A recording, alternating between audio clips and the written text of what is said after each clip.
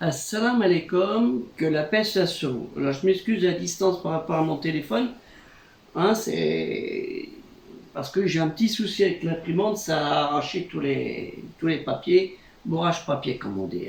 Donc c'est pour ça que j'ai pas pu imprimer, me rapprocher de vous avec mes puis sinon moi je perds les pédales et les peu je peux aller m'éloigner des fois. Donc Sourate 5, El Maïda, le dernier dîner du soir sur la table, verset 45. Un verset très important que malheureusement certains n'ont pas compris et qui a une longue histoire.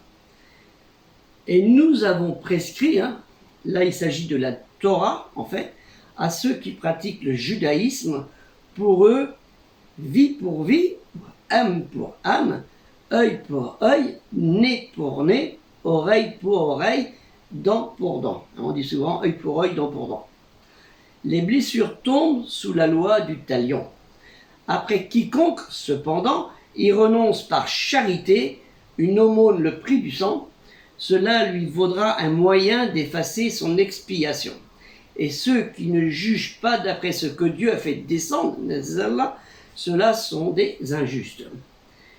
وكتبنا عليهم فيها أن النفس بالنفس والعين بالعين والأنف بالأنف والأذن بالأذن والأنسين بالسين والجروح قصاص فمن تصدق به فهو كفارة له ومن لم يقم بما أنزل الله فأولئك هم الظالمون. Retournons plus d'un millénaire en arrière, à peu près, on va compter ça, on va dire ça, même un petit peu plus, 1000 ans, plus de siècles environ. Il s'agit en fait du code d'Hammurabi. Certains en ont entendu parler. C'est dommage, j'aurais dû vous le sortir parce que je l'ai ici avec tout l'historique, avec tous les textes. Le plus complet des codes des lois connus de la Mésopotamie antique, le code d'Hammurabi, ou Hammurapi comme on peut dire, texte en écriture cunéiforme, que vous allez voir apparaître, et en langue akkadienne du souverain Hammurabi, 6e roi de Babylone, à environ 1792 à 1750 avant notre ère. Son code de loi fut découvert en 1902. Il n'était pas le premier de son genre, naturellement, code qui avait été précédé notamment par celui cité dans la ville de Dour et celle de Ennoussa. Ennoussa, ouais. Alors le terme en acadien, c'est Ennoussa Tuplias ou Tuplias En As. Actuel Tel Asmar. Tel, c'est le monticule. Le lieu de découverte, Suse, en moyen élamite, donc on est vers la Syrie et l'Iran, tout ça, Irak, de 2800 à moins 300 de notre ère, à Souchen, dans la cité de l'Iran.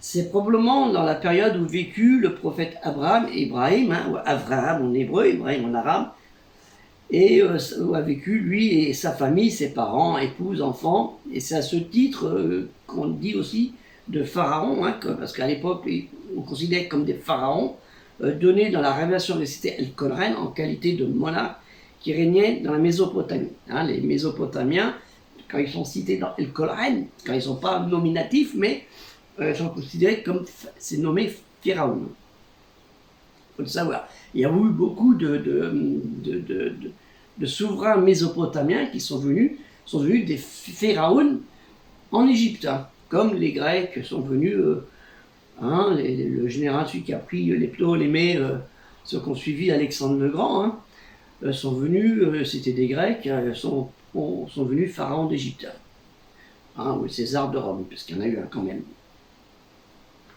Donc ça c'est intéressant, voir notamment le mariage du pharaon Amenhotep III, de la 18e dynastie. Alors il doit être par là, j'ai le livre sur lui. Un jour il faudra que je vous fasse montrer ses livres, c'est intéressant. Hein, la fille avec le roi, la fille du roi Tushratta, en acadien Lugal, Korani Galbaat Tuush Erharta, hein, le règne 1382-1342 avant notre ère.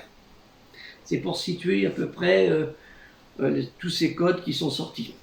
Et la Genèse a conservé un exemple de cette qu'on appelle vengeance en rapportant ces paroles de Lamech. Hein, Lamech, c'est un descendant, vous regardez bien dans la Bible de qui il vient, où il dit j'ai tué un homme pour une blessure, un enfant pour une meurtrissure. Si qu'un doit être vengé 7 fois, Lamech 77 fois, hein, et ça nous le trouvons dans la Genèse, chapitre 4, verset 23-24. Et nous trouvons dans le code d'Hammurabi, c'est ça qui nous concerne, au paragraphe 196, alors je vous mettrai les textes pas concernant pour les yeux, si quelqu'un a crevé un œil à un notable, ou si un homme libre a crevé l'œil d'un fils d'homme libre, on lui crevera un œil, on crevera son œil.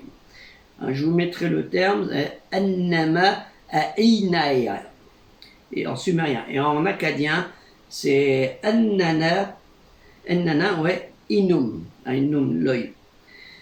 Et au paragraphe 200, si quelqu'un a fait tomber une dent à un homme de son rang, si un homme libre a fait tomber une dent d'un homme libre, son égal, hein, parce que son égal, sinon c'est pas un homme libre, on lui fera tomber une dent, on lui fera tomber sa dent, en fait. En sumérien, la dent c'est Shehin, Num. Et en akkadien, c'est à peu près pareil, Shehinum. Et nous trouvons dans la Bible, le Tanakh, le Pentateuque, exemple la loi du talion qui exige la stricte réparation, compensation du dommage causé, œil pour œil, dent pour dent. Et nous trouvons cela dans la Genèse, Bereshit, au chapitre 4, verset 23.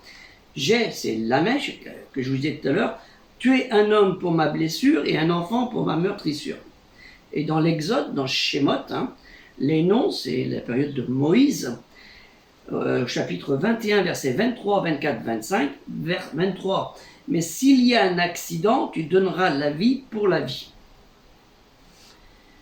Et vie, en fait, le terme vie, c'est nefesh, du proto-sémitique nafs, comparé à l'acadien nafashum, respirer, hein, napishtum, ou vie. L'arabe, nafs, en arabe, nafs, une âme, une vie.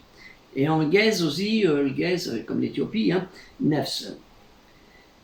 Je vous mettrai le terme, j'espère que vous le verrez, mais je vous mettrai le lien sur le travail que j'ai fait sur œil pour œil, dent pour dent. Ce sera beaucoup plus simple. Et au verset 24, toujours dans la Bible, œil pour œil, dent pour dent, main pour main, pied pour pied. Tant qu'à faire. Et au verset 25, brûlure pour brûlure, blessure pour blessure, meurtrissure pour meurtrissure, en rétablissant une proportion entre l'offense et le châtiment. Il ne faut pas que ce soit plus, faut pas que ce soit exagéré. Crève un œil, il ne va pas t'en prendre deux. Hein. Il y en a un comme ça, il va dire je te fais l'autre en même temps. Hein. Voilà.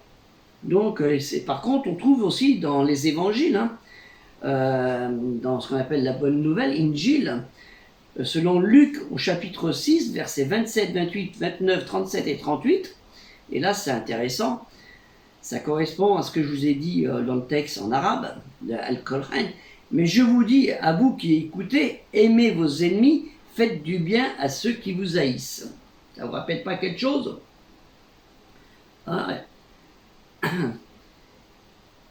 Après, quiconque y renonce cependant, par charité, au monde du prix du sang, cela lui vaudra un moyen d'effacer son expiation. Comme je vous l'ai dit dans le Coran, dans Surat 5 El-Maïda, verset 45. Donc je retourne.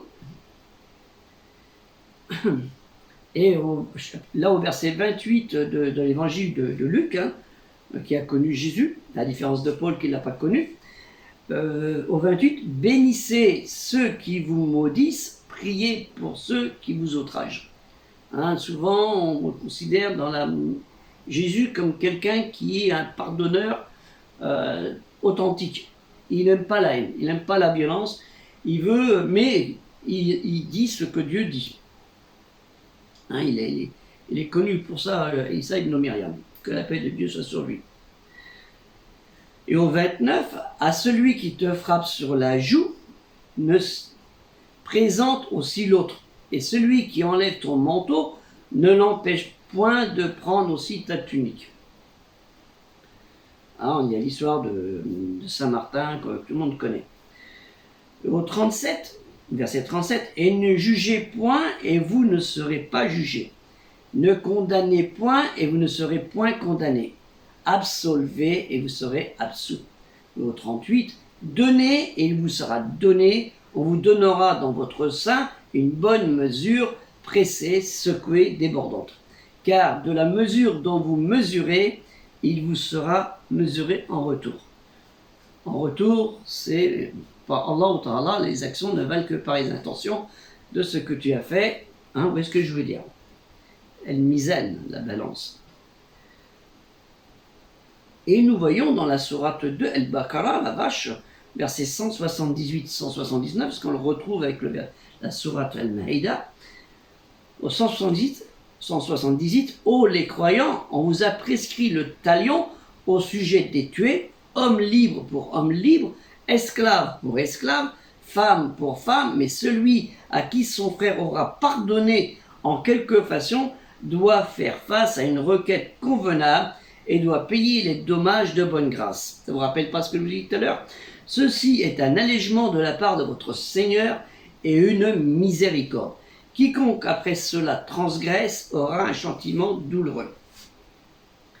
Ya ayyuhalladhina amanu kutiba alaykum al-qisasu fi al-qatla al-uru bil-uri wa al-abdu bil-abdi wa al-unta bil-unta faman yufiha lahu min akhiri shay'un fa'attibahun bil-ma'rufi wa addahun alayhi بإحسان ذلك تخفيف من ربكم ورحمة فمن اعتدى بعد ذلك فله عذاب أليم. Et au 179, c'est dans le talion que vous aurez la préservation de la vie, ô vous doués d'intelligence, ainsi atteindrez-vous la piété. Wallakum fi al-qisasi ayyatum ya uli al-ababi allakum tattakun. En fait, la loi du talion n'est pas une loi de ressentiment en tant que haine, comme vengeance par la colère, c'est une loi de droit, de justice. On ne se fait pas justice, on demande justice dans les règles du droit. En l'occurrence, celle du droit d'Allah Ta'ala, Dieu le Très-Haut, qui nous le dit. J'espère avoir été explicite, mais n'importe comment, vous aurez l'article dans le lien que je vous mettrai sur le œil pour œil, dent pour dent, qui est très très intéressant. J'y ai passé quelques heures. Ça mérite le détour et je m'émerveille à lire de temps en temps, de vous regarder, mais il y a tellement de livres, ça change, ça bouge, vous voyez peut-être pas. Cette loi du talion qu'on dit dans le code d'Hammurabi, qui est très important. Voilà, c'est tout ce que je vais vous dire pour cette vidéo et je m'excuse de la distance. Que la paix soit sur vous, salam alaikum, et aider le projet culturel musulman universel. Vous aurez aussi le lien dans Afficher Plus, parce que certains me posent la question, mais c'est quoi ce projet? Donc allez sur le lien Tipeee, participez avec une petite obole, ce sera bien. Et je passe un salam au frère qui est né dans la même année que moi, il va se reconnaître, et dans le même mois que moi, à 10 jours de décalage. Voilà, que la paix soit sur vous, salam alaikum, et aider culturel musulman universel.